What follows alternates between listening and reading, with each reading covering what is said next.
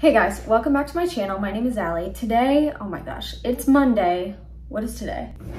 It's day 27 of the September series. Oh my gosh, we're almost done. So I definitely want to try to get rid of a couple more books on this list, at least one more. Speaking of, I forgot to strike out Woman Eating from yesterday, so here we go. Before we get started with that though, I wanted to show you what I got in the mail today. I got Josh Malerman's Daphne, which just looks so menacing and terrifying. Like, why? I thought this was gonna be so much bigger. I guess it looks pretty normal, but like compared to Daughter of the Moon Goddess, it's like actually short and slim. This is like a slasher. I'm gonna be reading it in October. I hope it's good and not just basic. Oh, it smells very good. Oh, I'm sorry.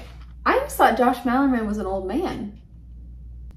Okay, onto the reading vlog. I have chosen The Maid by Nita Prose just because I think it's going to be quick, but also my library audiobook of this is due tomorrow. So the countdown is on. I started this a few months ago. I don't even remember when, and I think I read 44 pages of it. And the reason I stopped was because our main character, who's just, I just want to protect her. And I was so scared that people were going to be taking advantage of her and it was just going to be not fun at all to read because I'd be stressed. But since that book's come out and since I've seen some reviews, I know that it's lighter than I'm thinking. So this is about a maid named Molly, and she works at this hotel, this very fancy sounding hotel. And one day she sees that some dude has been killed. And now she's being questioned by the police. However, she's a little different than your average person. She reacts to things differently. For example, her grandmother, who she grew up with and who she loved, died recently, and she didn't react that much. And so people are like, what is wrong with her? Which makes me want to be like, fuck you, shut up. I think where I stopped at, the police were already questioning her and they were just like, they were treating her so differently. And I don't know if she's neurodivergent. I don't think the author ever discloses that, but if she is or if she isn't, she's still just a beautiful little person who likes doing her job. She kind of reminds me of the convenience store woman. And yes, I want the best for Molly. And if she needs a couple people to show them respect, then you know what, fictionally, I would not argue. So I will be listening / reading, a mixture of the two, after I finish work. I still have about 45 minutes left.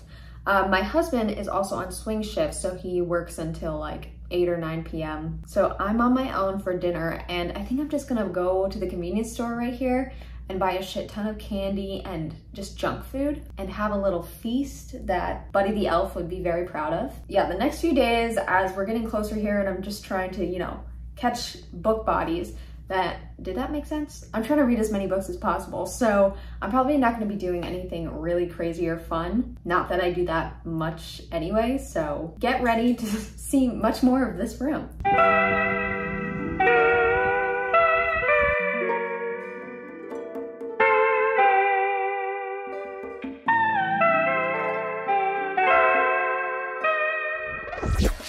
All right guys, I have my little haul. I'm disappointed with myself because I completely forgot about the candy aisle. I went so soft. I kind of wish I just went all out, but you know what? It's probably best that I didn't. I got my drink of choice, bottled Dr. Pepper, of course. I have a little appetizer, Hillshire Farms cracker cheese pepperoni combo. The main entree, macaroni and cheese, a little coffee just right now because I'm falling asleep, and dessert, Oreos the most stuffed, which I've never seen before, but I'm very, very excited about. But yeah, I went wrong. I didn't get any candy, didn't get any gum, but you know what? This is a lovely feast, and yeah, I'm ready for The Maid. I listened to a little bit on my walk, and I really like the audiobook. I really love Molly. I just love her. Oh, I have to come clean about something. I read a little bit more of Amari and the Night Brothers, and I don't think this book is for me. I think I'm like 55% of the way through or something, and it still hasn't clicked. I just don't think it's the book for me, so I'm gonna DNF it. Not because I think it's bad. I thought the world in which Amari was in was very cool. I really liked Amari, but I just don't care enough. And I'm pretty sure I know who like the big twist, or at least one of the big twists is, and I'm just not that intrigued. So please do not come for me. I'm sorry. All right, gonna have some Dunkin' and read some more of The Maid.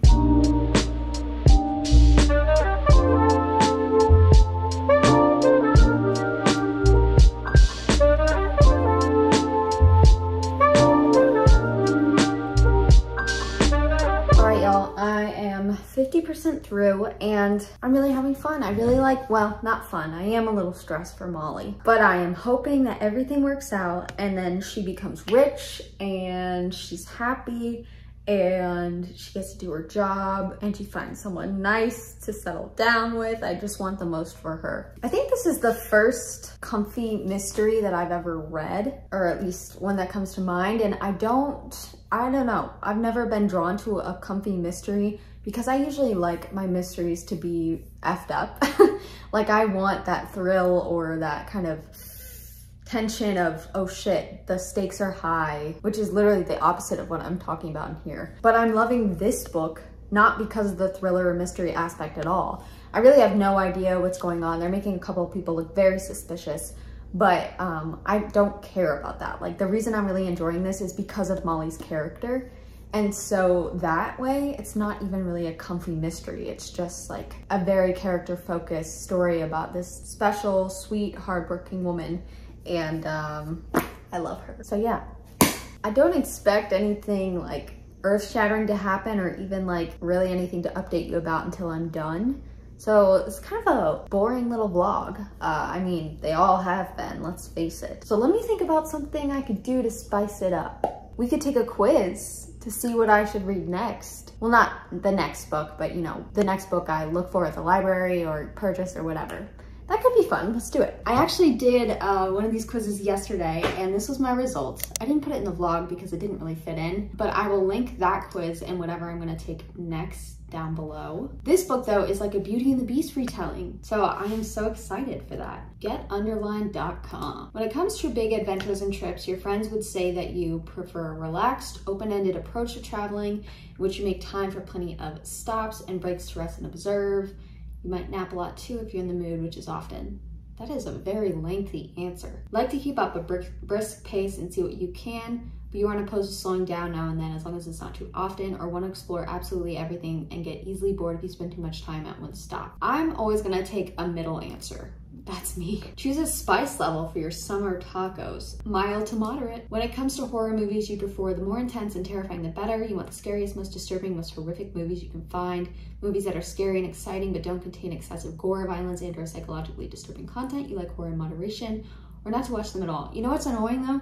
Is this is probably asking whether I want to read a scary book or not, and I feel like I like scary books, but I don't like scary movies as much. So I'm gonna say intense and terrifying, though I don't actually crave that kind of movie, but I do crave that kind of book. You know what? Let's change the answer to the spice then, because I want that scorching hot. If two of your best friends were having a conflict and you can sense they need your help resolving it, you'd most likely play the role of, oh God, how about avoider? Negotiator, listening to everyone's opinions. That's what I usually am if this comes up. Usually I try to avoid conflict as much as possible. Oh shit, I didn't finish my peacemaker. You hate when, I feel like the negotiator and the peacemaker are like the same thing. Okay, well then I'm peacemaker. If you could choose any place to live, it would likely be somewhere in the big city, suburbs in a small town, or the country. I guess I'll go middle of the road again with the suburbs. When it comes to working out and exercising, oh God, you're more of casual or relaxed exerciser. You prefer yoga. When it comes to books, your favorite stories tend to include intensity, thrills, chills, and plenty of big twists and excitement, sweet, charming romances between two absolutely adorable protagonists, or intriguing characters, complex world building, even in contemporary novels, and a fully fleshed out world. Definitely the latter. Choose a color palette: soft pastels, fiery red and gold, or neutrals. I'm gonna go red and gold. You should read Unravel the Dusk by Elizabeth Lim. Interesting. You're ready to spend some time with nature this summer. Am I? Wait, is this book 2? Come on, man. I can't start with a book 2. Let's try one more. What's your favorite literary genre? I hate it when I get asked this. I have no idea. I like them all. Or other. Is just a mix. I'll go with other. You prefer when the main character of the book is a boy or girl or whatever. This might not be a great quiz. What is your favorite school subject? Obviously, I'd go for English, but I actually loved math as well. Prefer when the action of the book takes place in present time, in the past, or in the future. Definitely in the past. What's your favorite element? Water, fire, air, or earth? Probably air. If you were a writer, what books would you write? Full of love, useful in bringing knowledge to people, the kind where anything would be possible, or I don't know. Definitely full of love. Actually, those are the ones I want to read. If I wrote a book, it'd probably be depressing as fuck. Pick a movie. Little Women, Mean Girls, The Shawshank Redemption, Children of Men. I don't know what that last one is, but I'm gonna go Mean Girls. What word has a hidden meaning to you? Science, universe, balance, hope, mind, and heart. I guess hope. I don't know why. No one called to me. Pick a quote. Oh shit. I am no bird, and no net ensnares me. I am a free human being with an independent will, which I now exert to leave you.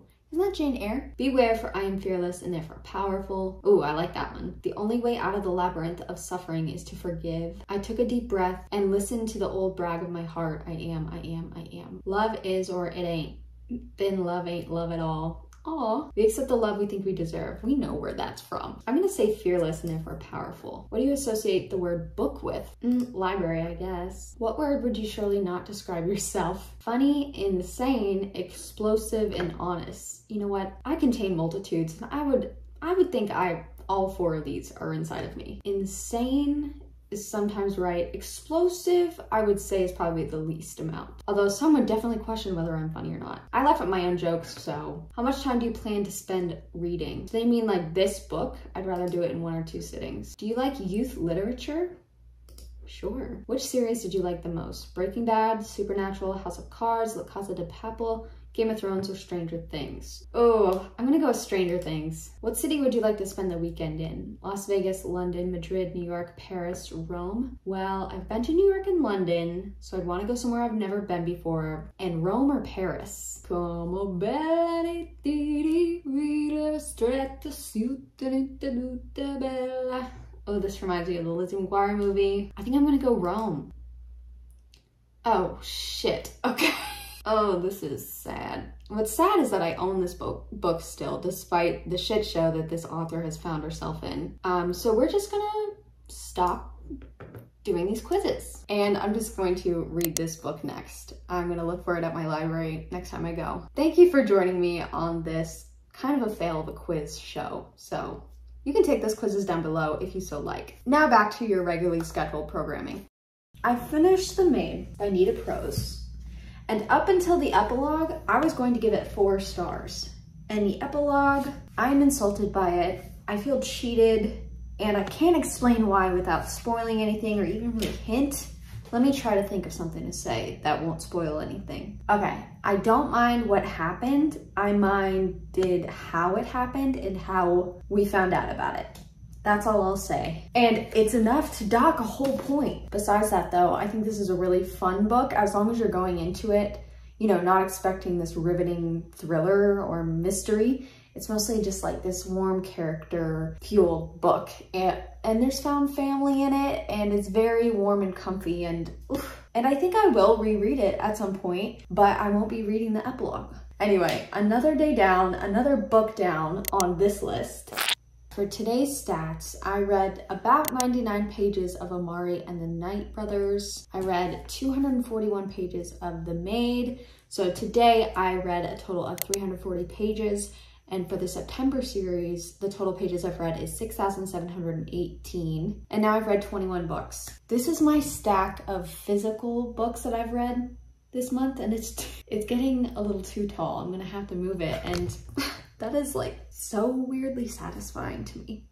Tomorrow, I'm gonna see what else is expiring on my library app, but I think I only have 2 more days of reading vlogs. I'm actually getting kind of sad, which is stupid because I'm still gonna be making vlogs like as a booktuber, but I'm already feeling nostalgic about the September series. I'm gonna get so sad to not be able to say this in a couple days, but I will see you tomorrow. Goodbye.